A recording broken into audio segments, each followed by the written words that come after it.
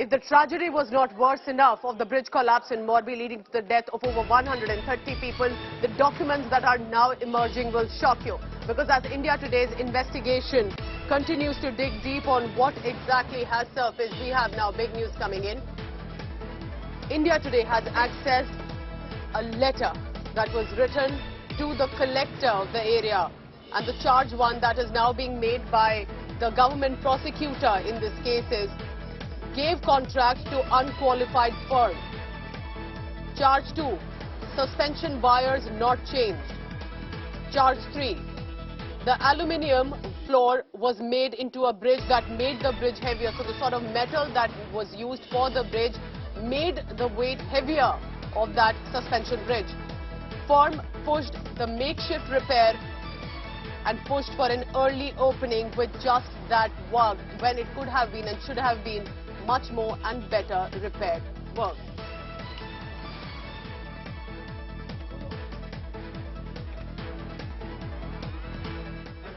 તપાસ કરનાર અમલદાર મિસ્ટર ઝાલાએ 10 દિવસના રિમાન્ડ માંગેલા છે. એમાંથી 9 આરોપીને રજૂ કરેલા, તેમાંથી 4ના રિમાન્ડ માંગેલા છે.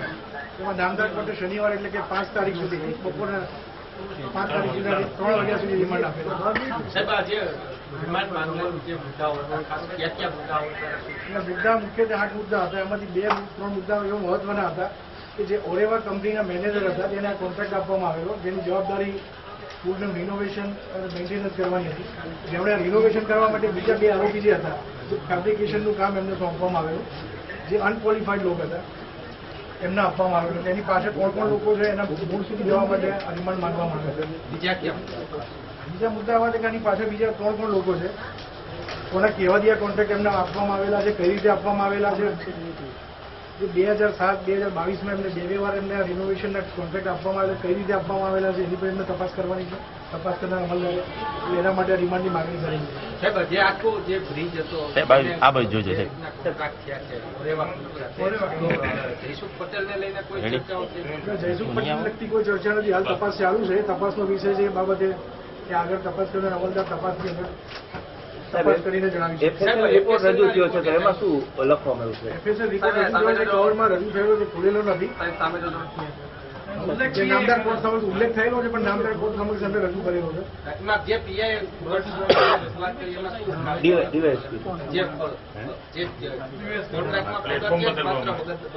એટલે અમે એમનું એવું કે તપાસની અંદર એમને એવું ખુલેલું છે કે જે રોડ છે, કેબલ કે બદલવામાં આવેલા નથી પણ માત્ર ફ્લોરિંગ બદલવામાં આવેલું છે. કે હાલની તપાસમાં અમને એટલું નીકળેલું છે. એટલે જે 4 લેયર એલ્યુમિનિયમનું એમને લેયર કરેલું છે, એટલે એના વજનના કારણે કેબલ તૂટી ગયા એવું પણ એમનું માનવું છે. હાલની તપાસમાં એમને એટલું નીકળેલું છે. જે ડિફેન્ડર હતા, સિક્યોરિટી પર્સન હતા, એ લોકોને પોલીસ કસ્ટડીની જરૂર નથી, જેલમાં મોકલવામાં આવેલા છે.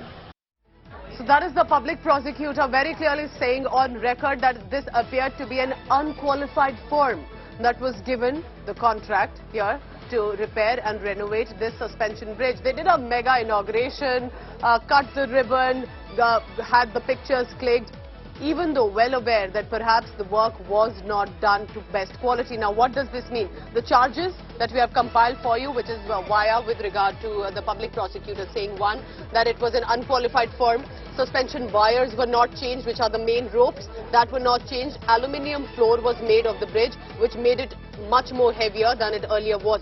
Remember, we are talking about over 100-year-old bridge, a British-era bridge, and that the firm pushed for a makeshift repair, which means a temporary repair and an early opening. Were they looking at the festive rush or elections? Why was proper security not given? Why were the ticket sales not indicative that the crowd is much more than it should be at the bridge? That precisely is now the big question that needs to be asked. But India Today continues to dig deeper into these investigations. Now, while that is the claim and charges by the public prosecutor, the situation gets worse. India Today has accessed a sensational Oreva letter to the Morbi district collector that shows that the company wanted to do temporary repair work and was pushing for the early reopening of the Jhulto Pull, as many also called it. Oreva clearly mentions that unless it gets permanent contract, they will not be able to complete a proper repair work of the bridge. Any repair conducted would only be temporary. Oreva in the letter clearly asked concerned authorities to renew the contract and make it permanent. That with regard to, remember, even the cost and the money that will have to be then used in. India Today also found out that the subcontractors who were hired by Oreva to carry out the repair were not qualified. While the bridge flooring was replaced with a much heavier aluminium sheet metals, its cable, the main suspension cables, were not replaced. And therefore, while the flooring got heavier, the ropes were not up to the mark, and that they could not take the weight of the changed floor. Oreva chairperson Jaisukh Patel, meanwhile, who inaugurated the bridge on October 26 with much fanfare, is absconding. His house totally deserted.